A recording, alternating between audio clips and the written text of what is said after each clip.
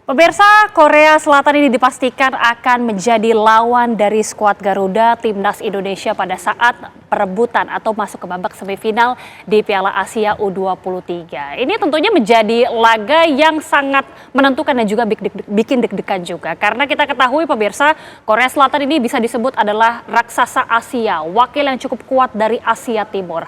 Lalu bagaimanakah kemudian strategi dari skuad kita, Timnas Indonesia, untuk bisa mengalahkan dalam laga yang sangat penting tersebut. Apalagi kita tahu pelatih kita adalah Shin Tae-yong yang merupakan pelatih dari Korea Selatan. Kita akan bahas peluang dan juga strategi pada malam hari ini bersama dengan sejumlah narasumber. Sudah hadir langsung pengamat sepak bola Mas Ibam Hariri. Selamat malam. Selamat malam. Oke, sehat ya Mas ya, semangat ya. Dan juga nanti akan bergabung bersama kita mantan timnas dan pelatih Mas Aji Santoso. Nanti akan bergabung atau sudah mungkin bergabung bersama kita. Oke, Mas Aji, selamat malam. Ya, sudah. Selamat malam Mbak Agita, Mas Ibam, selamat malam. Coach Aji, selamat malam. Siap Coach, ini ya, sudah ada Coach Aji dan juga sudah ada Mas Ibam. Saya mungkin awali ke Mas Ibam terlebih dahulu. Melihat Korea Selatan ini menjadi lawan kita nanti di hari Jumat. Ini happy atau justru deg-degan ini Mas? Ya, ini suatu kondisi yang sebenarnya kita membuat Indonesia tidak bisa pilih-pilih lawan, karena jika kita juara grup ketemunya Jepang, kita sekarang runner up ketemunya Korea Selatan. Dan memang jika kita melihat kondisi terkini, Korea Selatan adalah salah satu tim yang saya rasa di AFC Under-23 Asian Cup ini menjadi salah satu paling perform. Dari 3 pertandingan selalu menang dan tidak kebobolan adalah bukti bagaimana Korea Selatan menjadi salah satu tim yang bisa dikatakan sangat unggulan. Dan ini membuat Indonesia harus ekstra waspada di laga selanjutnya. Oke, Korea Selatan ini kan bisa dibilang itu ya, raksasa Asia, wakil yang sangat kuat dari Asia Timur. Bahkan secara historis, ya bisa dibilang ini sudah beberapa kali mengalahkan timnas kita. Tapi apakah sampai saat ini Korea Selatan masih memang sekuat yang dulu atau dari dulu? Ya, untuk Piala Asia Senior di Januari lalu memang Korea Selatan tidak menampilkan performa yang impresif ya. Apalagi Jordan Klinsmann dengan pola permainan yang pragmatis membuat tim tersebut cukup monoton, tapi ternyata berbeda dengan tim U23-nya, di mana Korea Selatan menjadi tim yang begitu disiplin, tapi juga di saat yang bersamaan mereka memiliki pemain cepat dan juga agresif yang dibutuhkan oleh Korea Selatan untuk bisa terus menggedor pertahanan lawan. Dan ini terlihat di laga melawan Jepang bagaimana mereka begitu sabar, disiplin, tenang, dan ketika ada momen mereka bisa langsung menghukum dengan sebuah kombinasi permainan yang luar biasa. Dan ini yang nampaknya akan membuat Indonesia juga akan mendapatkan lawan yang 2 kali lipat lebih berat dibanding lawan-lawan yang ada di fase grup. Lawan yang 2 kali lipat akan lebih berat ya. Saya langsung tanya ke Coach Aji. Ini kan tentunya Indonesia memiliki gaya permainan tersendiri, Korea Selatan memiliki gaya permainan tersendiri. Tapi apa yang kemudian bisa dianalisa dari 2 gaya permainan dari skuad ini atau dari negara ini, Coach? Ya, menurut saya sih untungnya pelatih kita berasal dari Korea Selatan, Coach Shin Tae-yong. Paling tidak Coach Shin Tae-yong sudah memahami betul karakter bagaimana cara bermain timnas Korea Selatan. Karena Coach Shin Tae-yong dulu ketika menjadi pemain juga sebagai pemain nasional, ketika pelatih juga pernah menjadi pelatih nasional. Tentunya menurut pengamatan saya, menurut pemikiran saya bahwa ketemu dengan Korea Selatan ini ada sedikit keuntungan buat kita, yaitu Coach Shin Tae-yong sudah paham betul bagaimana cara bermain tim Korea Selatan, karena Coach Shin Tae-yong juga berasal dari Korea Selatan. Tinggal bagaimana tim kita nanti atau strategi Coach Shin Tae-yong bisa mengantisipasi segala kelebihan-kelebihan yang dimiliki oleh Korea Selatan dan bisa mengeksplor apa yang menjadi kelemahan. Karena menurut saya Coach Shin Tae-yong sudah paham betul karakter Korea Selatan. Seperti itu Mbak Agita. Oke, Coach Shin Tae-yong ini sudah tentunya memahami bagaimana gaya permainan Korea Selatan. Kalau dari pengamatan Coach Aji sendiri, apakah skuad Indonesia atau skuad Garuda yang notabene ini dilatih oleh pelatih dari Korea Selatan, ini gaya permainannya apakah jangan-jangan agak mirip-mirip juga sama tim Korea Selatan ini, Coach?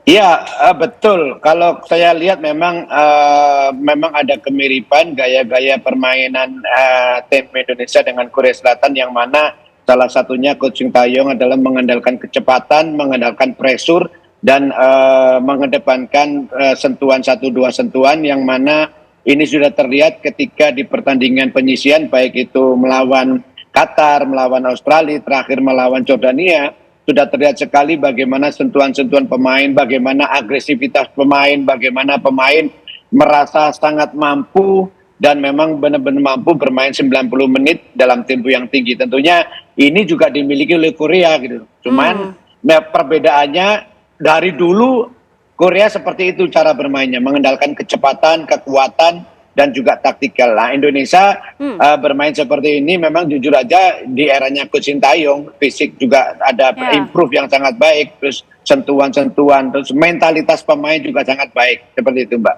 Oke, nanti usai jeda saya akan tanyakan juga kepada Mas Ibam mengenai Coach Sintayong, karena sesuai dengan judul kita ini adalah duel emosional Sintayong. Karena memang berapa kali di media juga sempat disebutkan bahwa Sintayong sendiri merasa cukup emosional atau merasa enggan lah kalau bertemu dengan Korea Selatan. Tapi kita akan bahas bagaimana kemudian strategi langsung untuk melawan Korea Selatan usai jeda pemirsa. Kami kembali saat lagi. Sesuai dengan judul kita pemirsa, duel emosional Sintayong, yang kalau tadi sudah disebutkan bahwa memang pelatih Sintayong ini adalah pelatih dari Korea Selatan yang dalam beberapa kesempatan di media ataupun di interview ini sempat menyebutkan bahwa lebih baik bertemu dengan Jepang saja. Tapi kali ini takdir berkata lain, bertemu justru dengan Korea Selatan, negara asalnya sendiri. Mas Ibam, jadi ini sebenarnya apa ya yang diungkapkan oleh Sintayong pada saat mungkin di media, mungkin beberapa saat yang lalu ya, ketika ini akhirnya bertemu dengan Korea Selatan, duel yang mungkin emosional lah menurut pelatih Sintayong ini, menguntungkan atau justru merugikan ini jadinya? Jadi ini ada dua sisi ya, karena memang kenapa ya Sintayong ingin bertemu dengan Jepang, karena Sintayong pernah dikalahkan oleh Jepang di final Piala Asia U23 2016. Dan juga sebagai emosional Sintayong sendiri, ia pun nampaknya ingin membuktikan kepada negaranya bahwa saya memiliki kemampuan untuk memanage suatu tim, suatu negara yang secara sepak bola kualitasnya di Asia tidak sebagus itu, tapi bisa berbicara banyak di level Asia seperti sekarang ini. Dan ini sudah mulai bisa terbukti bagaimana Indonesia dengan gagah bisa mengalahkan Australia untuk pertama kalinya di level U23 dan juga bisa mengalahkan Jordania, yang mana Jordania bukan tim ecek-ecek. Ini adalah tim seniornya baru saja mendapatkan peringkat runner-up di Piala Asia Senior, yang artinya memang Sintayong sudah membawa timnas kita sejauh ini. Dan ini juga menarik karena Sintayong dan Hwang Sun-hong sebagai pelatih Korea Selatan ada historis. Pelatih Korea Selatan yang nanti ya? U23 sekarang. Nanti ada historis tersendiri. Karena kedua pelatih ini sering sekali bertemu, 12 pertemuan, Sintayong kalah 5 kali dan hanya menang 2 kali, selebihnya imbang. Yang artinya memang ada misi pribadi juga dari Sintayong untuk membuktikan kepada pelatih U23 Korea Selatan, untuk kepada mungkin pecinta sepak bola Korea Selatan bahwa gue masih jadi pelatih bagus di sini gitu. Bahkan bisa membawa Indonesia yang tadinya tidak dibicarakan oleh siapapun, sekarang begitu membuat orang-orang takjub. Tidak hanya di level lokal Indonesia, tapi juga di Asia Tenggara dan bahkan Asia. Saya beberapa teman ada jurnalis dari luar negeri juga melakukan interaksi sama saya, berkata bahwa mereka takjub dengan progres Indonesia sejauh ini, dan mereka juga menanyakan bagaimana rasanya punya timnas Indonesia yang bagus katanya. Jadi ini sebenarnya mungkin emosionalnya akan menjadi ada misi pribadi dari Sintayong sendiri. Betul.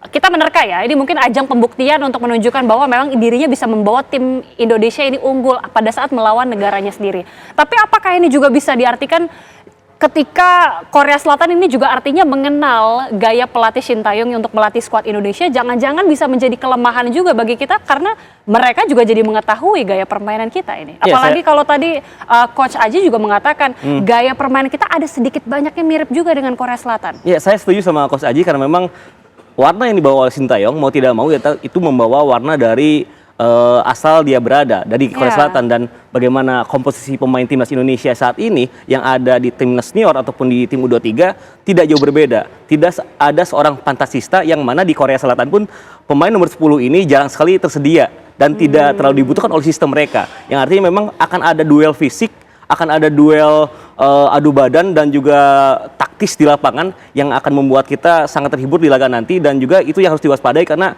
mau bagaimanapun si Korea Selatan ini adalah tim yang memiliki tingkat percaya diri lebih tinggi dibanding Indonesia untuk berbicara di level Asia. Tapi Indonesia dengan progres kita sejauh ini tidak ada alasan buat kita inferior. Kita memiliki segala hal untuk membuat mereka pun takut. Kita bisa mengalahkan Yordania dengan permainan yang begitu taktis. Memang ada unsur sepak bola Korea Selatannya yang dibawa oleh Sintayong, tapi nampaknya Sintayong pun dengan pintar memadukan itu dengan bagaimana kualitas Indonesia sendiri yang dimiliki. kecepatan lari pendek para pemainnya, kombinasi passing-passing pendek 1-2 dan dengan permainan taktis itu menjadi warna tersendiri yang membuat Sintayong membuat timnas benar-benar bermain dengan level yang luar biasa menakutkan bagi lawan-lawannya di Asia saat ini. Oke, Coach Aji kalau tadi sempat menyebutkan ada sejumlah gaya permainan yang kurang lebih agak sedikit mirip ya dari timnas Korea Selatan dan juga tim Indonesia atau skuad Garuda. Kita tidak bisa berbohong lah, dari secara peringkat memang Korea Selatan pasti lebih unggul. Apakah artinya dengan gaya permainan atau tipe yang sama, ini bagaimana kita kemudian bisa mengejar atau memiliki strategi untuk mengejar, padahal gaya permainan agak-agak mirip juga di beberapa hal?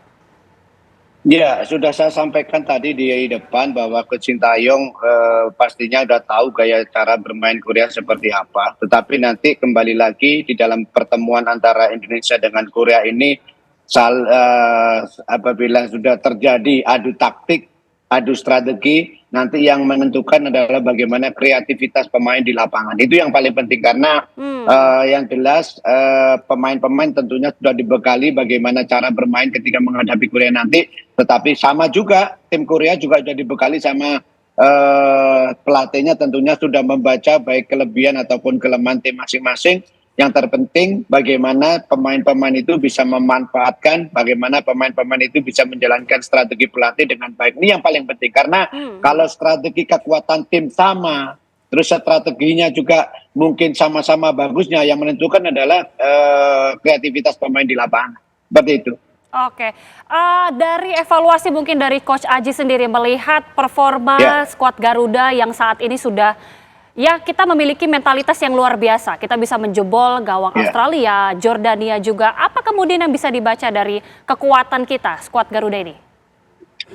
Ya, yang jelas satu sekarang pemain-pemain kita ada satu progres yang sangat bagus, yaitu pemain sekarang saya lihat semuanya tidak merasa inferior menghadapi tim manapun. Kita lihat pertandingan pertama, pertandingan kedua dengan Australia, bahkan pertandingan ketiga dengan Jordania, pemain justru sangat enjoy, pemain benar-benar menikmati, mereka tidak merasa berkecil hati. Kenapa? Karena memang mereka sudah memiliki kepercayaan diri yang bagus. Kepercayaan diri yang bagus ini timbul adalah karena influence dari tim senior kita. Yang mana pemain-pemain yang usia 23 ini banyak yang main di tim senior. Itu merupakan salah satu strategi dari Coach Sintayong bagaimana pemain-pemain senior ini, tim senior ini bisa transfer mentality kepada tim usia 23 dan itu terbukti. Saya melihat ada satu kepercayaan diri yang bagus.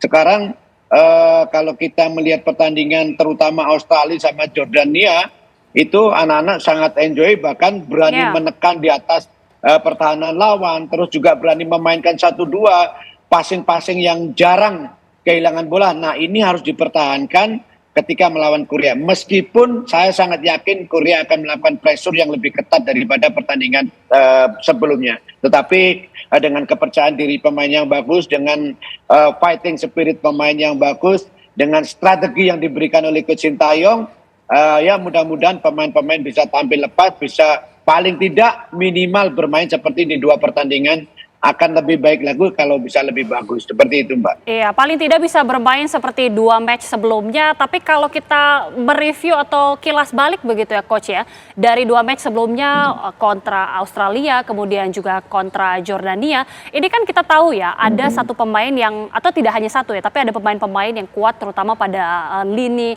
tengah begitu. Seperti Jordan, atau maksud kami seperti Nathan maksud kami. Jadi Nathan ini kan tidak akan kembali lagi atau tidak bermain lagi karena sudah harus kembali lagi ke klub. Nah ini bagaimana kemudian untuk lini-lini pemain-pemain yang diunggulkan ini tidak akan bermain lagi nanti? Iya, memang cukup disayangkan ya, di mana ketika tenaga Nathan benar-benar dibutuhkan karena ini pertandingan penentuan ya, pertandingan gugur. Sistem gugur, siapa yang menang lanjut, yang kalah tentunya sudah tidak bisa bermain lagi.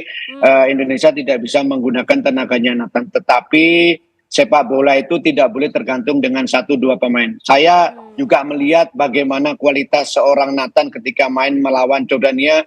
Pemain ini tampil sangat luar biasa, energik, pegang bolanya kuat, bertahannya juga bagus. Dia berada di mana-mana, ya, integritas juga sangat bagus.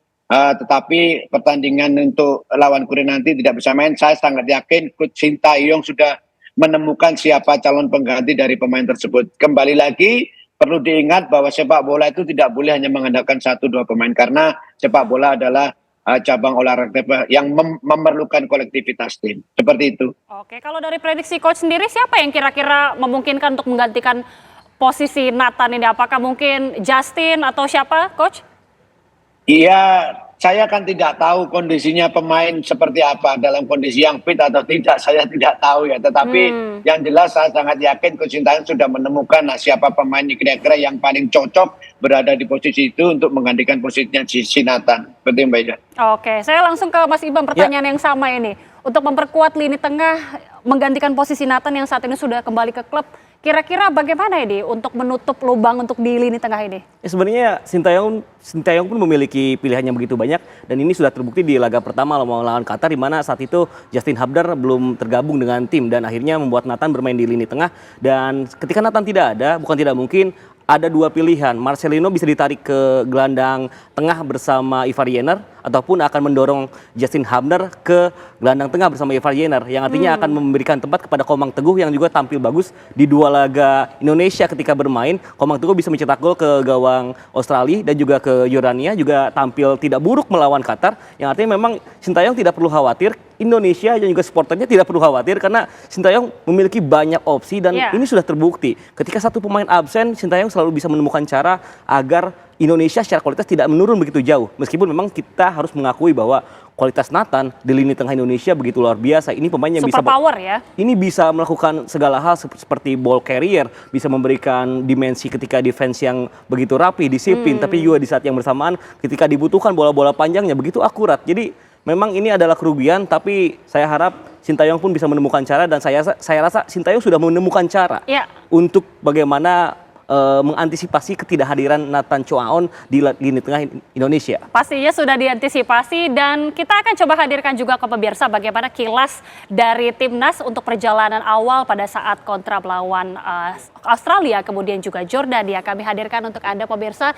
Ini adalah perjalanan timnas Indonesia menuju babak 8 besar Piala Asia U23 pada pertandingan pertama tepatnya 15 April 2024. Kontra Qatar, Indonesia harus mengaku kalah karena kalah dari Qatar 2-0.